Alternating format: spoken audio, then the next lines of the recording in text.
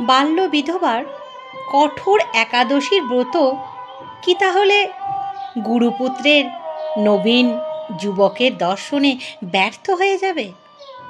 কিভাবে চিত্রশুদ্ধি হবে সুষমার? কে তাহার এই প্রশ্নের সদুত্তর দেবে? কে তাহার হৃদয়ের এই জ্বালা নিবারণ করবে?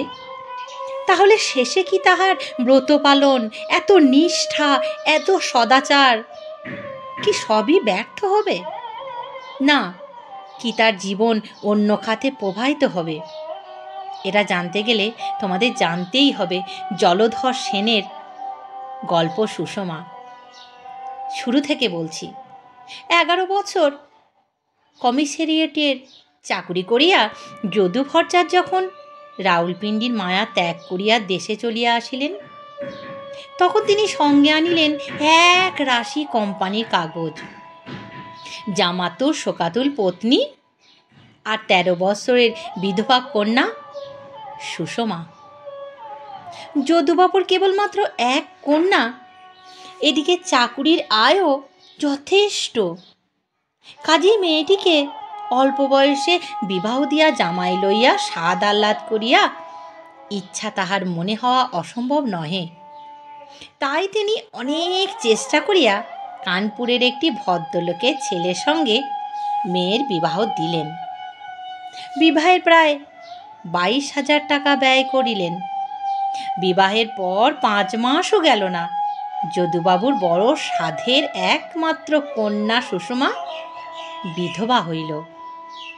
স্বামী চিনিতে না চিনিতেই চিরবৈধব্য আসিয়া বালিকা সকল সুখের বাসা একেবারে ভাঙিয়া দিল।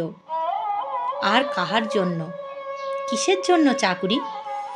গৃহিণী বলিলেন, এ পোড়া রাহুলপিন্ডিতে আর থাকিব না, দেশের আর মুখ দেখাইব না, চলো কাশীতে বাবা বিশ্বনাথের ধামে জীবনের বাকি কয়টা দিন কাটাইয়া দিই। যদুবাবু তাহাতে মন উঠিল না। তিনি ধর্মকর্ম তেমন মানিতেন না। তীর্থশ্রেষ্ঠ কাশীর উপর তাহার তেমন ভক্তি ছিল না। বাল্য বিধবা কন্যা লইয়া কাশীবাসের ব্যবস্থা তাহার মনের মতন হইল না। অথচ রাউলপিন্ডিতেও আর বাস করা যায় না। যে বাড়ির প্রত্যেক বস্তুর সঙ্গে সুষমার মূর্তি জড়িত, সেই বাড়িতে, সেই স্থানে বাস করা অসম্ভব হইয়া উঠিল। সুষমা যদি আরও একটু কম বয়সে বিধবা হইত, তাহা হইলে সে অনেক পরিমাণে স্মৃতির দংশন হইতে পরিত্রাণ পাইতে পারিত। পয়সাওয়ালা ভদ্রলোকের 13 বৎসরের মেয়ে নিতান্তই নাবালিকা নহে।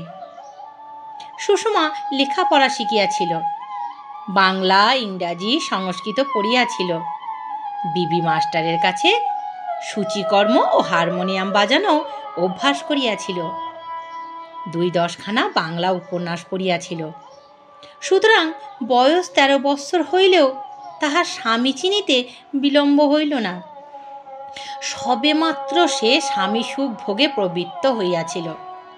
সবেমাত্র তাহার বালিকা জীবনে যৌবনে রেখাপাত হইতেছিল। সবেমাত্র তাহার হৃদয়াকাশে পূর্ণচন্দ্র উঠিতেছিল। সবেমাত্র তাহার প্রাণের মধ্যে যৌবনের জ্যোৎস্না উকি মারিতেছিল। সেই সময় তাহার সমস্ত সুখের কল্পনা, তাহার জীবনের আনন্দ কানন কোথায় অন্তর্নিহিত হইল? একদিনের একখানি 1 পয়সার পোস্ট কার্ড তাহার জীবনের সকল স্বাদ আহ্লাদ হরণ করিয়া লইয়া গেল। যদুবাবু দেশে ফিরিয়া আইসা কর্তব্যমণি করিলেন। তাই 11 বৎসর পরে স্ত্রী ও বিধবা কন্যা লইয়া তিনি তাহার নিভৃত পল্লীগ্রামে ফিরিয়া আসিলেন। তিনি ভাবিলেন, শহরের কোলাহল, শহরের ভোগবিলাস হইতে দূরে পল্লীগ্রামের সুশীতল ছায় বসাইয়া তিনি তাহার সুষমার হৃদয়কে শান্ত করিবেন, তাহার জীবনকে পল্লীময় করিয়া ফেলিবেন, তাহার হৃদয় হইতে বিলাস ও সুখের স্মৃতি মুছিয়া দিবেন। তাহার ইহার পল্লীবাসের মুখ্য অভিপ্রায়। বাড়িতে এক বুড়ো পিসিমা ছাড়া তাহার আর কেহই ছিল না। পৈতৃক একটি নারায়ণশিলা ছিল, আর ছিল 25 বিঘা ব্রহ্মোত্তর। পিসিমা সেই জমির খাজনা আদায় করিতেন, ধান পাইতেন, আরও ঠাকুর সেবা করিতেন। যদুবাবু সর্বদাই পিসিমার খরচের জন্য টাকা পাঠাইয়া দিতেন, কিন্তু পিসিমার আর খরচ কি? বাড়িতে তিনি আর কয়েকদিনের পুরনো ভৃত্য রামনাথ। রামনাথেরও ত্রিজগতে কেহই ছিল না। সে ভট্টাচ বাড়িতে নোনা ধরা পুরাতন একতলা বৈঠকখানা বারান্দায় বসিয়া হরিকীর্তন করিতেন। যদুবাবু বাড়িতে বসিয়া কি ব্যবস্থা করিবেন তাহা পূর্ব হইতেই স্থির করিয়াছিলেন। কমিশারিয়েটের চাকুরিতে বিলক্ষণ 2 পয়সা প্রাপ্তি ছিল। যদুবাবুও অনেক টাকা জমাইয়াছিলেন। পরের ধন সকলেই বেশি দেখে। অনেকেই বলিল যদুবাবু 4-5 লাখ টাকা জমাইয়াছেন, কিন্তু আমাদের মনে হয় এত টাকা তাহার ছিল না। তবে লাখ টাকার উপর যে তাহার ছিল সে বিষয়ে সন্দেহ নাই। যদুবাবু বাড়িতে আসিয়াই পুরাতন বাড়ি সংস্কার করিলেন, নতুন বাড়িঘর প্রস্তুত করিলেন না। পাড়ার 10 জনে মনে করিল যে এত বড় একটা চাকুরে এত টাকা লইয়া দেশে আসিলেন, দেশে একটা হই হই রই রই পড়িয়া যাইবে, পাড়ায় নিষ্কর্মা লোকেদের একটা আড্ডা জমিবে, পেশাদার মো সাহেব দিগের দিন পাতে সুবিধা হইবে। কিন্তু যদুবাবুর কাজকর্মের ব্যবস্থা দেখিয়া অনেকেই নিরাশ হইলেন। কেহ কেহ তাহাকে মহান কৃপণ বলিয়াও দেশে রাষ্ট্র করিল। যদুবাবু কাহারও কথায় কর্ণপাত করিলেন না, কাহারও অযাচিত সুপরামর্শ গ্রহণ করিলেন না। 2-1 জন মুরব্বী শ্রেণীর বৃদ্ধ যদুবাবু জামাতার মৃত্যুকে শোক প্রকাশ করিয়া ধীরে ধীরে পুনরায় দ্বার পরিগ্রহণ করিবা বংশ রক্ষার প্রস্তাবও করিলেন। কিন্তু তাহাতে যদি নিতান্তই অচ্ছিদ্য হয়, তাহা হইলে একটি পোষ্যপুত্র গ্রহণ করা অতীব কর্তব্য। তাহা প্রতিবাদ করার জন্য ব্যস্ত হইলেন। এত ধন দৌলত কে ভোগ করিবে? মধু ভট্টাচার্যের নাম যে একেবারে লোপ হইবে, তাহা তাহাদের নিতান্তই অসহ্য বোধ হইল। মধু ভট্টাচার্য গ্রামের 10 জনের একজন ছিলেন। তাহার উপযুক্ত পুত্র যদু ভট্টাচার্য বুদ্ধির দোষে বাপ পিতামহের নাম ডুবাইবে, ইহা শুভানুধ্যায়ী মহাশয়ের নিকট কিছুতেই কর্তব্যবোধ হইল না। কিন্তু যদুবাবু এ সকল অকাট্য যুক্তির কোনোই প্রতিবাদ করিলেন না। সকলেই শুনিতে লাগিলেন। শুভানুধ্যায়ীরা দেখিলেন এ পশ্চিম ফেরত লড়াইয়ে ব্রাহ্মণকে সুপরামর্শ দান বৃথা। সুতরাং ক্রমে তাহারা রণে ভঙ্গ দিতে লাগিলেন। যদুবাবুও এই সকল উপদেশের হস্ত হইতে পরিত্রাণ লাভ করিলেন। বাড়ি আবশ্যক সংস্কার কার্য শেষ হইলে যদু ভট্টাচার্য পুরোহিত ঠাকুরকে ডাকিয়া দেবালয়ের ভিত্তি স্থাপনের একটা শুভ দিন দেখিয়া বসিলেন। ঠাকুর দিন স্থির করিয়া দিলেন। যথা সময়ে দেবালয়ের ভিত্তি স্থাপন হইল। তাহার পর 8-9 মাসের মধ্যেই বাড়ির বাহিরে একটি অনতিবৃহৎ মন্দির প্রস্তুত হইল। ভোগশালা, অতিথিশালা নির্মিত হইল। সুন্দর সরোবর খনন হইল। উদ্যানে পুষ্পবৃক্ষ রোপিত হইল। তাহার পর একদিন মহা সমারোহে দেবালয়ে প্রতিষ্ঠা হইল। দেবগৃহের নারায়ণশিলা এই নবনির্মিত দেবালয়ের আসন গ্রহণ করিলেন। আর শুভ্র বস্ত্র পরিহিতা 14 বর্ষীয়া বিধবা সুষমা এই দেবালয়ের সম্পূর্ণ ভার প্রাপ্ত হইল। যদু ভট্টাচার্য যাহা মনে স্থির করিয়া কাশীধাম ত্যাগ করিয়া বাংলাদেশের এই নির্জন পল্লীতে আগমন করিয়াছিলেন, তাহাই ব্যবস্থা করিয়া দিলেন। বিধবা কন্যাকে প্রকৃত ব্রহ্মচারিণী দেবসেবিকা করাই তাহার অভিপ্রায় ছিল। তিনি বহু অর্থ ব্যয়ে তাহাই করিলেন। তাহার মন অনেকটা নিশ্চিন্ত হইল। সুষমা ইহার জন্য প্রস্তুত হইয়াছিল। দেবচরণে আত্মনিবেদন ব্যতীত তাহারও উপরন্তর ছিল না। হৃদয় হইতে সংসার বাসনা সমূলে উৎপাটিত করিয়া ফেলিবার জন্য চতুর্বর্ষীয়া বালিকা প্রাণপণে চেষ্টা করিতে লাগিল। যত প্রকার কঠোর ব্রত করা যাইতে পারে সে তাহাতেই পবিত্র হইল। পিতামাতা কেহই নিষেধ করিলেন না।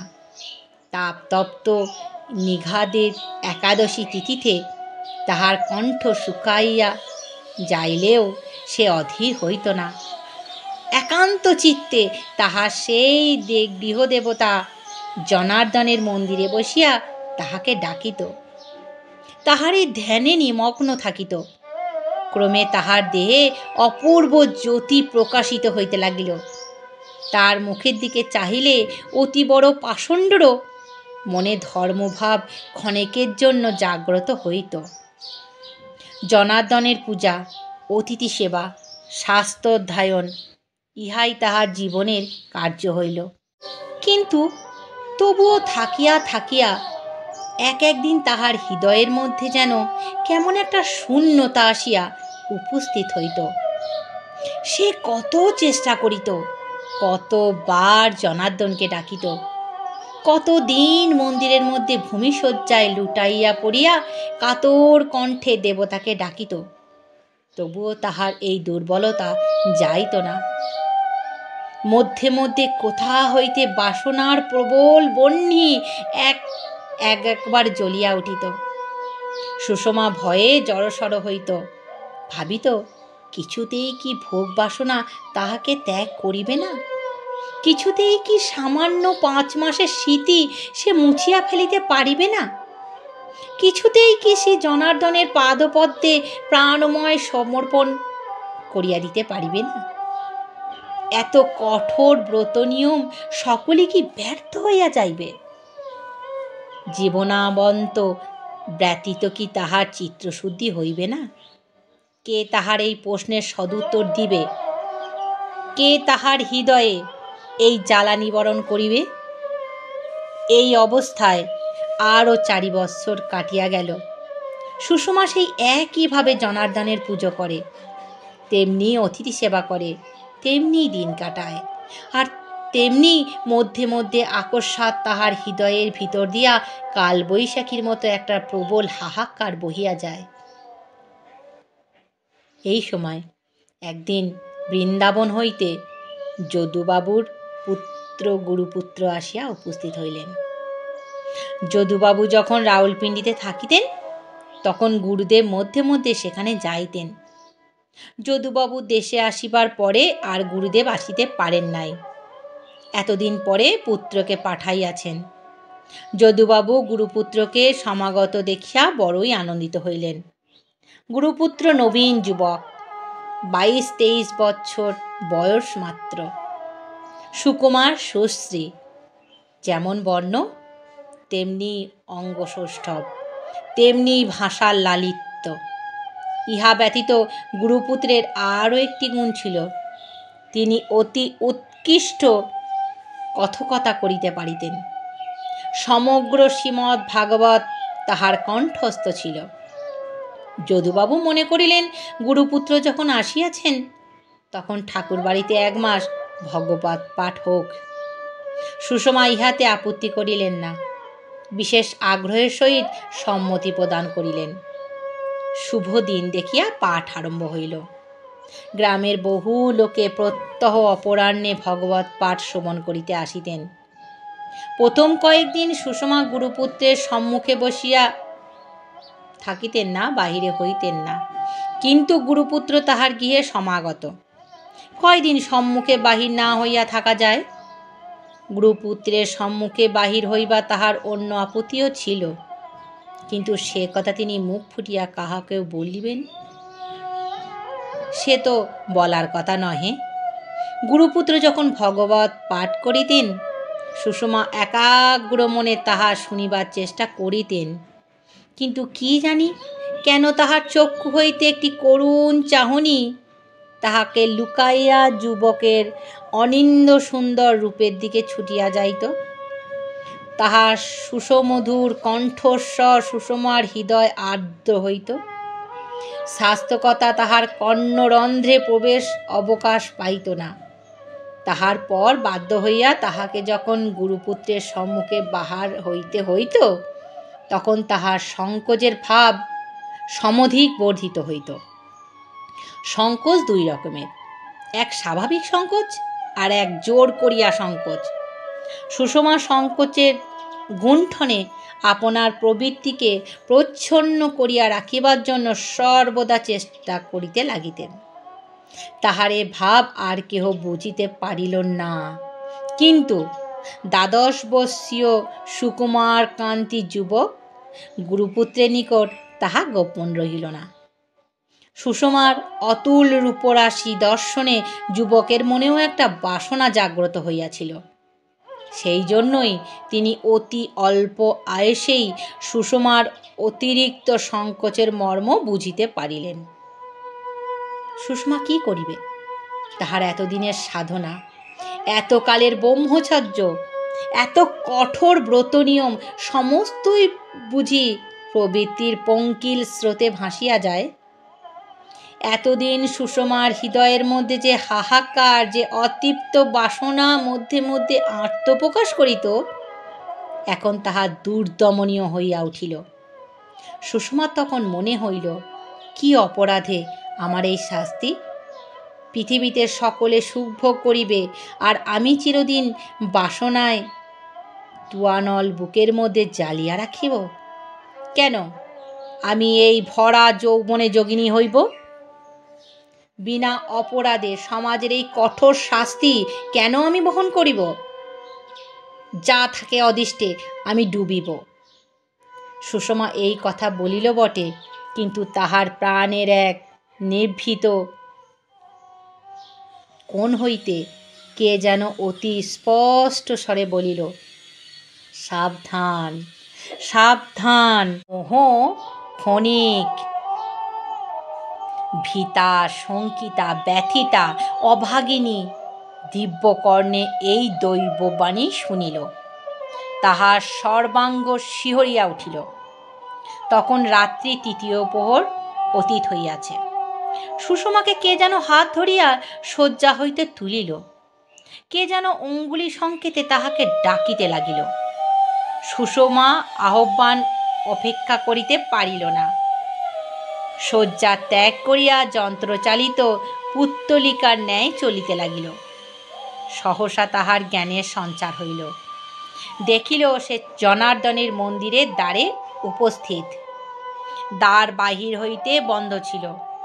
সুষমা ধীরে ধীরে দ্বার উদ্ঘাটন করিয়া ভিতরে প্রবেশ করিল। মন্দির অন্ধকারময়। অভাগিনী সেই তমিশ্রমগ্ন মন্দিরের মধ্যে জনার্দনের পাদপদ্মে বসিয়া পড়িল।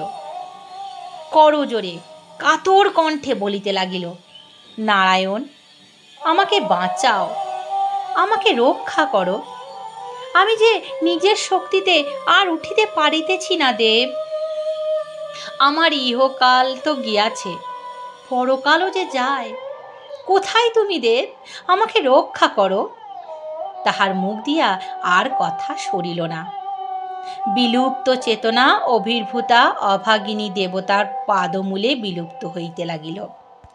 কতক্ষণ সে অবস্থায় ছিল তাহা সে জানে না। আকস্মাৎ তাহার কোমল করস্পর্শে তাহার জ্ঞান সঞ্চার হইল। তখন প্রভাত হইয়াছে। মুক্ত দ্বার পথে বালর্ককিরণ মন্দির হইতে প্রবেশ করিছে। বাহিরে পাখিরা কলরব করিতেছে। দূরে গ্রাম প্রান্তরে একজন বৈষ্ণব প্রাণ খুলিয়া গান গাইতেছে, কামরূপের ঘাটে নেমো না রে মন আমার। দূর হইতে এই সঙ্গীত সুষমার কর্ণে যেন দৈববাণীর ন্যায় ধ্বনিত হইল। তৎক্ষণাৎ সে চক্ষু চাহিয়া দেখিল শিহরে গুরুপুত্র দণ্ডায়মান। সুষমা তখন বাঘিনীর ন্যায় লম্ফ দিয়া উঠিল। কেশপাশ আলুলায়িত, পরিধেয় বস্ন স্বতঃস্ফীত, কিন্তু সে দিকে তাহার দৃষ্টি নাই। তাহার দীপ্ত নয়ন দিয়া যেন বহ্নিশিখা বিচ্ছুরিত হইতে লাগিল। দৃঢ়স্বরে বলিল, এখানে কি চাও তুমি ঠাকুর? সে সময়ে যদি মন্দিরের মধ্যে বজ্রপাত হইত, তাহা হইলেও গোস্বামীপুত্র এত ভীত হইত না। ঠাকুর দেখিল তাহার সম্মুখে অপূর্ব দেবী প্রতিমা, মাতৃমূর্তি। কোথায় চলিয়া গেল তাহার বিলাস লালসা? কোথায় পলায়ন করিল তাহার প্রেম সম্ভার? সবিস্ময়ে রুদ্র বা গোস্বামীপুত্র সুষমার মুখের দিকে চাহিয়া রহিল। সুষমা তখন আবার গর্জিয়া উঠিল, গোসাই, তোমাকে ক্ষমা করিলাম, এই দণ্ডেই তুমি এখান হইতে চলিয়া যাও, নতুবা। বাতাহত বেতাসের ন্যায় সুষমার অঙ্গ কম্পিত হইতেছিল। গোসাই আর সেখানে দাঁড়াইতে সাহস হইল না, একটি কথাও সে বলিতে পারিল না। তখনই মন্দির হইতে বাহির হইয়া গ্রামের সকলে অজ্ঞাতসারে কোথায় চলিয়া গেল। পরদিন আর কেহই তাহার খোঁজ পাইল না। যদু ভট্টাচার্য বৃন্দাবনের পত্র লিখিলেন। কিছুদিন পরে সংবাদ পাইলেন যে গুরুপুত্র বৃন্দাবনে গিয়াছেন।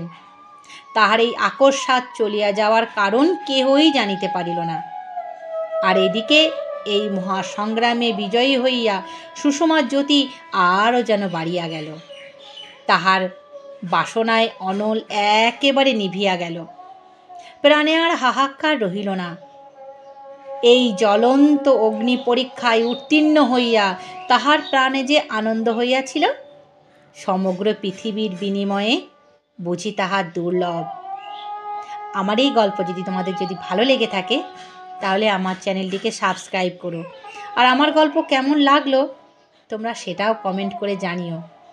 আমি তোমাদের বন্ধু, তোমরা আমার পরিবার। আমি চাই তোমরা আমাকে আগাতে সাহায্য করো। তোমাদের সাহায্য ছাড়া আমি বেশি দূর আগাতে পারবো না। আমার যদি কোনো কোথাও ভুল হয়ে থাকে, তাহলে ছোট বোন বা দিদি হিসাবে আমাকে ক্ষমা করে দিও। ভালো থেকো, সুস্থ থেকো। নমস্কার।